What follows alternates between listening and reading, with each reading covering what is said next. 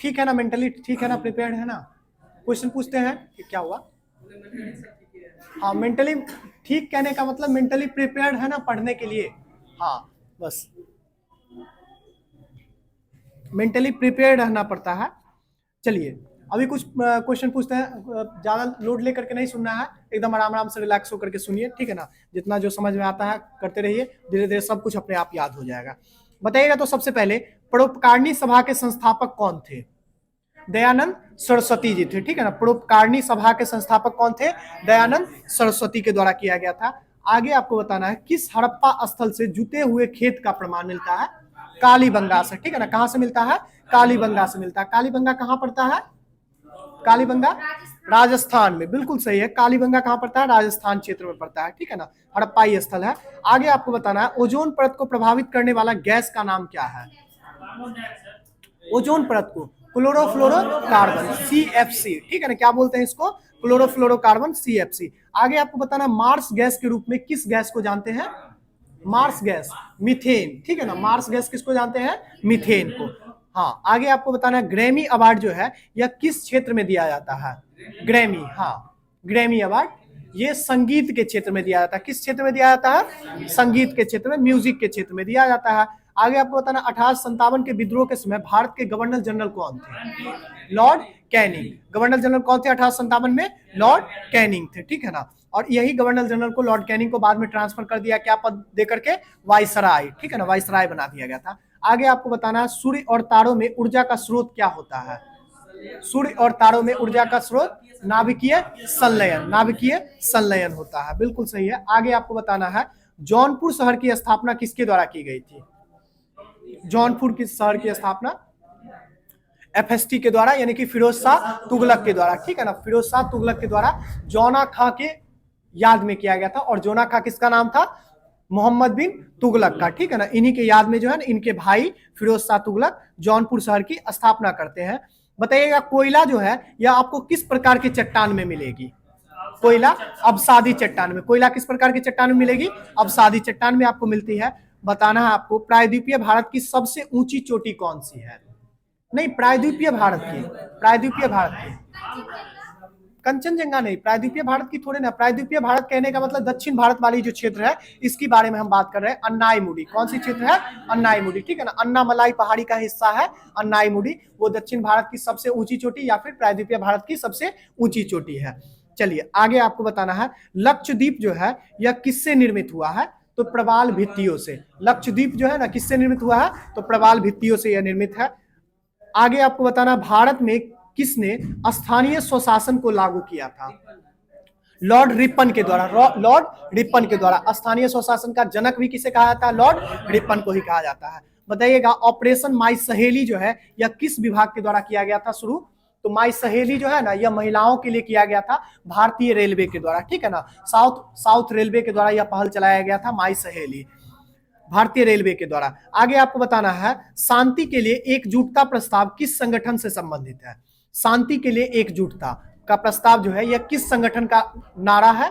शांति के लिए एकजुटता, यूनाइटेड नेशन, किसका? यूनाइटेड नेशन का, ठीक है ना, संयुक्त राष्ट्र संघ का। आगे आपको बताना है ब्रॉक्स जू जो है यह कहां है? ब्रॉक्स जू जो है यह किस देश में है? ब्रॉक्स जू चिड़ियाघर है, यह संयुक्त राज्य अमेरिका में पड़ता है। कहां पड़ता है? संयुक्त राज्य अमेरिका में। ब्रॉक्स जू कहां पे पड़ता है? संयुक्त राज्य अमेरिका में। आगे आपको बताना है आदिस अबाबा जो है यह किस देश की राजधानी का बड़ा शहर है? आदिस अबाबा जो है किस देश की राजधानी और वहां का एक बड़ा शहर है? आदिस अबाबा इथोपिया, इथोपिया। आदिस अबाबा कहां का राजधानी है? इथोपिया, ठीक है ना। आगे आपको बताना है इंडियन नेशनल एसोसिएशन की स्थापना कब की गई थी? इंडियन नेशनल एसोसिएशन की स्थापना 1853 में। 1853 में इंडियन नेशनल एसोसिएशन की स्थापना। चलिए आगे आपको बताना है प्रार्थना समाज को किसने लोकप्रिय बनाया था? प्रार्थना समाज को लोकप्रिय, प्रार्थना समाज की स्थापना किसके द्वारा की गई थी? तो आत्माराम पांडुराम के द्वारा। और इसको लोकप्रिय बनाने का जो काम किए थे वो MG रानाडे के द्वारा। किसके द्वारा? MG रानाडे, यानी कि महादेव गोविंद रानाडे के द्वारा इसको लोकप्रिय बनाने का काम किए थे, ठीक है ना। चलिए आगे आपको बताना है किसके काल में चांदी का जलाली सिक्के का निर्माण हुआ था? किसके काल में चांदी के जलाली सिक्के का निर्माण हुआ था? जलाली सिक्के अकबर के कार्यकाल में। कब चला था? अकबर के कार्यकाल में, ठीक है ना। चांदी का जलाली सिक्का चलता था अकबर के कार्यकाल में। बताइएगा तो समतल दर्पण में प्रतिबिंब कैसा बनता है? हाँ, सीधा और आभासी, सीधा और आभासी, ठीक है ना, सीधा और आभासी। चलिए आगे आपको बताना है, फॉर्मल्डिहाइड तथा KOH अभिक्रिया करके मेथनॉल और पोटेशियम फॉर्मेट बनाती है, इस अभिक्रिया को क्या कहते हैं? केनी-जारो अभिक्रिया का नाम दिया गया, ठीक है ना। फॉर्मल्डिहाइड और KOH अभिक्रिया करके मेथनॉल और पोटेशियम फॉर्मेट बनाती है, इस अभिक्रिया का जो नाम दिया गया है वो क्या नाम दिया गया है? केनी-जारो अभिक्रिया दिया गया। क्या नाम दिया गया है? केनी-जारो रिएक्शन। चलिए बताइएगा तो किसी झील के लिटारोट जोन किस प्रकार के पौधे होते हैं? किसी झील के लिटारोट जोन में किस प्रकार के पौधे होते हैं? तो किनारे पर पौधे होते हैं, ठीक है ना। झील का जो है ना, कैसा झील पे जो पौधा होगा वो कैसा पौधा होगा? तो किनारों पे बसा हुआ पौधा होगा। बताइएगा तो फास्फोरस की +3 जो ऑक्सीकरण अवस्था है यह किसको दर्शाती है? फास्फोरस की +3 की जो ऑक्सीकरण की जो अवस्था है यह किसको दर्शाती है?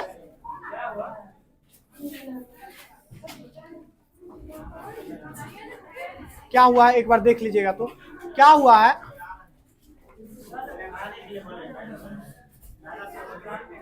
ठीक है, आराम से बैठाइए, जल्दी शांति से बैठाइए। चलिए बताइएगा तो किस मंत्रालय के, अच्छा अभी जो क्वेश्चन बोल रहे थे, फास्फोरस की +3 की जो ऑक्सीकरण अवस्था होती है इसको क्या कहते हैं? तो पायरोफॉस्फोरिक अम्ल कहते हैं। क्या बोलते हैं? पायरोफॉस्फोरिक एसिड बोलते हैं, ठीक है ना। चलिए बताना है आपको, किस मंत्रालय ने वेब पोर्टल परिवेश की शुरुआत की थी? परिवेश जो है किस मंत्रालय के द्वारा शुरू किया गया था? तो पर्यावरण और वन और जलवायु मंत्रालय के द्वारा। किसके द्वारा? पर्यावरण वन और जलवायु मंत्रालय के द्वारा कौन सा पोर्टल लॉन्च किया गया था? परिवेश पोर्टल, ठीक है ना, परिवेश पोर्टल। आगे आपको बताना है, प्रसिद्ध ओणम त्योहार जो है यह किस राज्य में मनाया जाता है? केरल में। ओणम कहाँ मनाया जाता है? केरल में, ठीक है ना। पोंगल कहाँ मनाया जाता है? तमिलनाडु में, ठीक है ना। जलीकट्टू कहाँ मनाया जाता है? तमिलनाडु में ही मनाया जाता है, ठीक है ना। चलिए आगे आपको बताना है, किस नदी का उद्गम स्थल जो है यह नर्मदा नदी के बारे में दिया हुआ है, ठीक है ना।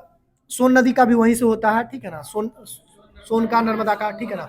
हाँ, महानदी का, तीनों का सोनम करके याद रख लीजिएगा, हो जाएगा, ठीक है ना। अमरकंटक से ही होता है। चलिए आगे आपको बताना है, पौधे में जाइलम का कार्य क्या है? जल का परिवहन, ठीक है ना। जाइलम का क्या कार्य है? जल का परिवहन। और फ्लोएम का कार्य क्या है? फूड का, भोजन का परिवहन करना, ठीक है ना। भोजन का यानी फूड का परिवहन करना शरीर के पौधे के अन्य अंगों तक। आगे आपको बताना, प्रसिद्ध लिंगराज मंदिर जो है यह किस राज्य में अवस्थित है? लिंगराज मंदिर ओडिशा, लिंगराज मंदिर ओडिशा, ठीक है ना। कहाँ पे? ओडिशा में। आगे आपको बताना है, यूनेस्को का मुख्यालय कहाँ पे है? पेरिस, फ्रांस में। यूनेस्को का मुख्यालय कहाँ है? पेरिस, फ्रांस में। बताना, बिहार में 1857 क्रांति का नेतृत्व किसके द्वारा किया गया था? बाबू कुंवर सिंह के द्वारा किया गया था। बताइएगा, सूर्य से दूरी के अनुसार पृथ्वी और बुध के बीच कौन सा ग्रह है? बुध और पृथ्वी के बीच कौन सा ग्रह है? बुध और पृथ्वी के बीच दूसरा जो ग्रह होगा वही होगा, ठीक है ना, क्योंकि तीसरा ग्रह तो हम लोग का पृथ्वी है। तो बुध, शुक्र, पृथ्वी, तो पृथ्वी और बुध के बीच में शुक्र आ जाता है, ठीक है ना। पृथ्वी का जो है ना बहन का भी संज्ञा इसे दिया गया है, या फिर भोर का तारा का भी संज्ञा दिया गया है। आगे आपको बताना, शुक्र ग्रह को आगे बताना है, भारतीय राष्ट्रीय कांग्रेस का प्रथम अधिवेशन कहाँ हुआ था? बॉम्बे में हुआ था। कहाँ पे हुआ था? बॉम्बे में हुआ था। 1885 में, 28 दिसंबर 1885 को हुआ था, ठीक है ना। गोकुलदास संस्कृत विश्वविद्यालय के प्रांगण में हुआ था। आगे आपको बताना है, नियाग्रा जलप्रपात कहाँ पे है? नियाग्रा जलप्रपात किस देश में है? हाँ, ये उत्तरी अमेरिका में है। कहाँ पे है? उत्तरी अमेरिका में, वेनेजुएला के पास पड़ता है। आगे आपको बताना है, डीएनए का क्रियात्मक इकाई क्या कहलाता है? डीएनए का क्रियात्मक इकाई जीन, बिल्कुल सही। डीएनए का क्रियात्मक इकाई क्या कहलाता है? जीन कहलाता है। बताइएगा, GSAT-30 उपग्रह का संबंध किससे है? GSAT जो है ना, GSAT-30 उपग्रह का संबंध किससे है? तो यह जो है ना टेलीकम्युनिकेशन के लिए उपग्रह बनाया गया था। किसके लिए बनाया गया था? टेलीकम्युनिकेशन के लिए। बताइएगा, प्रधानमंत्री स्वनिधि योजना का संबंध किससे है? प्रधानमंत्री स्वनिधि योजना का, तो ये जो है ना, सो जितने भी ठेला वगैरह जो मजदूर लगाते हैं, जितने भी रेवड़ी जो लगाते हैं मजदूर, उनके लिए जो है ना एक लोन का योजना था, प्रधानमंत्री स्वनिधि योजना। कौन सा था? प्रधानमंत्री स्वनिधि योजना। आगे आपको बताना है बिडाल परीक्षण का संबंध किस रोग से है? बिडाल टेस्ट अगर आपको हो रहा है तो कौन सी बीमारी का शंका है? टाइफाइड का। किसका शंका है? टाइफाइड का। एलिसा टेस्ट किसके लिए होता है? HIV एड्स के लिए, ठीक है ना, HIV एड्स के लिए एलिसा टेस्ट। वेस्टर्न बोल्ट किसके लिए होता है? यह भी HIV एड्स के लिए ही होता है, ठीक है ना। उसी तरह से बिडाल किसके लिए होता है? टाइफाइड के लिए होता है, ठीक है ना। बताइएगा बंगाल में द्वैध शासन की स्थापना किसके द्वारा की गई थी? रॉबर्ट क्लाइव के द्वारा। बंगाल में जो द्वैध शासन की स्थापना हो किसके द्वारा? रॉबर्ट क्लाइव के द्वारा।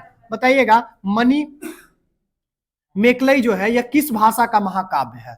मनी मेकलई जो है ये किस भाषा का महाकाव्य है? तो ये तमिल ग्रंथ है, ठीक है ना। किस भाषा का महाकाव्य है? तमिल ग्रंथ है, ठीक है ना, तमिल ग्रंथ है। बताइएगा अमीबा अपना भोजन का अंतर्ग्रहण किस प्रक्रिया के द्वारा करते हैं? कुक्कुटपाद के द्वारा। किसके द्वारा? कुक्कुटपाद के द्वारा, ठीक है ना। अमीबा जो भोजन ग्रहण करते हैं किस प्रक्रिया के द्वारा? कुक्कुटपाद के द्वारा करते हैं, ठीक है ना। आगे आपको क्या हुआ? हाँ, खाद्य रिक्तिका बिल्कुल सही है, खाद्य रिक्तिका ही बोलते हैं, सही है। आगे आपको बताना वो क्या होता है ना कि फूड है ना, उस फूड के चारों तरफ से अपने शरीर को जाकर के ढक देता है और फूड को बीच में ले लेता है और धीरे धीरे शरीर के अंदर ग्रहण कर लेता है, ठीक है ना, विसरण के द्वारा। हाँ, आगे आपको बताना है बांग्लादेश में लगने वाले भारत का सबसे बड़ा राज्य कौन सा है? बांग्लादेश से जो सबसे बड़ा राज्य लगता है कौन लगता है? पश्चिम बंगाल लगता है, ठीक है ना, पश्चिम बंगाल लगता है। आगे आपको बताना भारत की आर्थिक राजधानी किसे कहा जाता है? नई दिल्ली। आर्थिक राजधानी मुंबई, ठीक है ना। वित्तीय राजधानी जो है कौन सा है? मुंबई है, ठीक है ना। और भारत की राजनीतिक राजधानी कौन सी है? तो ये नई दिल्ली है। बताइएगा कपास के उत्पादन में सर्वाधिक उपयुक्त जो मिट्टी होती है वो कौन सी मिट्टी होती है? काली मिट्टी। कौन सी मिट्टी है? काली मिट्टी। कपास के लिए जो सर्वाधिक उपयुक्त मिट्टी है कौन सी मिट्टी है? काली मिट्टी। बताइएगा प्रोटीन जो है ये किसका बना हुआ होता है? प्रोटीन किसका बना हुआ होता है? प्रोटीन एमिनो एसिड्स का। किसका बना हुआ होता है? एमिनो एसिड्स का। प्रोटीन किसका बना हुआ होता है? एमिनो एसिड्स का, ठीक है ना। बताइएगा हमारे शरीर में एमिनो एसिड कितने प्रकार के पाए जाते हैं? 20 प्रकार के, ठीक है ना, 20 प्रकार के, जो 10-10 में डिवाइड रहता है। 10 जो है हम लोग को पोषक तत्व के द्वारा प्राप्त करते हैं और 10 जो है शरीर खुद निर्माण करता है, ठीक है ना। पोषक तत्व से कितना लेते हैं? 10, और 10 शरीर खुद निर्माण करता है। टोटल 20 प्रकार का अमीनो एसिड पाया जाता है। और प्रोटीन्स का जो है अंतिम उत्पाद क्या होता है? तो ये अमीनो एसिड ही होता है। आगे आपको बताना है भारत में खेल उत्कृष्टता के लिए सर्वोच्च पुरस्कार जो है कौन सा पुरस्कार दिया जाता है? राजीव गांधी, इसी का नाम जो चेंज कर दिया गया। खेल उत्कृष्टता के लिए जो सबसे ज्यादा उत्कृष्ट पुरस्कार है वो कौन सा है? ध्यानचंद पुरस्कार है, ठीक है ना, मेजर ध्यानचंद पुरस्कार। 2 पुरस्कार है ध्यानचंद के नाम पे, 2 पुरस्कार है भारत में, याद रखिएगा। एक है ध्यानचंद पुरस्कार और एक है मेजर ध्यानचंद पुरस्कार, ठीक है ना। मेजर ध्यानचंद पुरस्कार जो है वो 29 अगस्त को जो राष्ट्रीय खेल दिवस मनाते हैं उनके ही नाम पे मनाते हैं, ठीक है ना। उसमें जो पुरस्कार की राशि है वो कितना दिया जाता है? 25 लाख, ठीक है ना। कितना दिया जाता है? 25 लाख। और एक और पुरस्कार है जो खेल में ही दिया जाता है, वो है ध्यानचंद पुरस्कार, और उसमें जो राशि दी जाती है वो कितनी दी जाती है? 10 लाख। 10 लाख कितनी दी जाती है? 10 लाख, ठीक है ना। तो दोनों अलग अलग है और दोनों खेल से ही है, लेकिन उत्कृष्ट जो पुरस्कार है वो सबसे ज्यादा कौन सा है? मेजर ध्यानचंद पुरस्कार है। पूर्व में इसका नाम क्या था? राजीव गांधी खेल रत्न पुरस्कार था।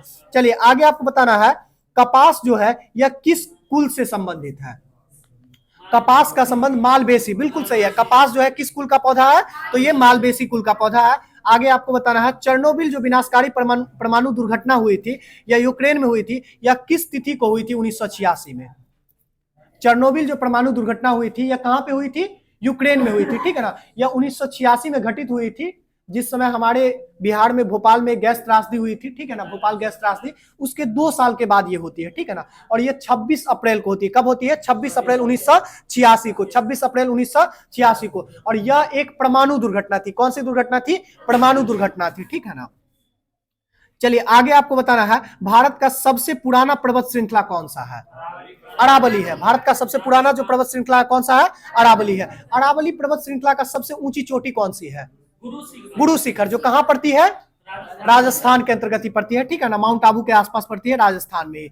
आगे आपको बताना है 1857 की क्रांति में जो है सो क्रांतिकारियों के निशाने पर जो है प्रमुख रूप से कौन थे? 1857 की विद्रोह में क्रांतिकारियों के निशाने पर प्रमुख रूप से जो भारतीय थे वो कौन से भारतीयों का कौन सा वर्ग था? अंग्रेज के खिलाफ तो यह क्रांति थी ही, अंग्रेज के खिलाफ तो यह क्रांति थी ही, लेकिन अंग्रेज के साथ साथ जो है भारतीय किस वर्ग के खिलाफ यह आक्रोश था? यह जमींदारों के खिलाफ आक्रोश था। किस वर्ग के खिलाफ आक्रोश था? जमींदारों के खिलाफ आक्रोश था। और प्रश्न भी पूछता है कि भारतीय जो है 1857 में कौन सा वर्ग ऐसा है जो भारत में 1857 की क्रांति में भाग नहीं लिया था? तो जितने भी जमींदार वर्ग थे वो भाग नहीं लिए थे और उन्हीं के खिलाफ यह विद्रोह जो था सो था। चलिए आगे आपको बताना है, कांग्रेस ने 1929 में लाहौर अधिवेशन में क्या निर्णय लिया था? तो पूर्ण स्वराज का मांग किया था। ठीक है ना, पूर्ण स्वराज का मांग किया था। छोड़ दीजिए, थोड़ा सा डिस्टर्ब हो गया, 2 बार क्लास बीच में अप डाउन हो गया।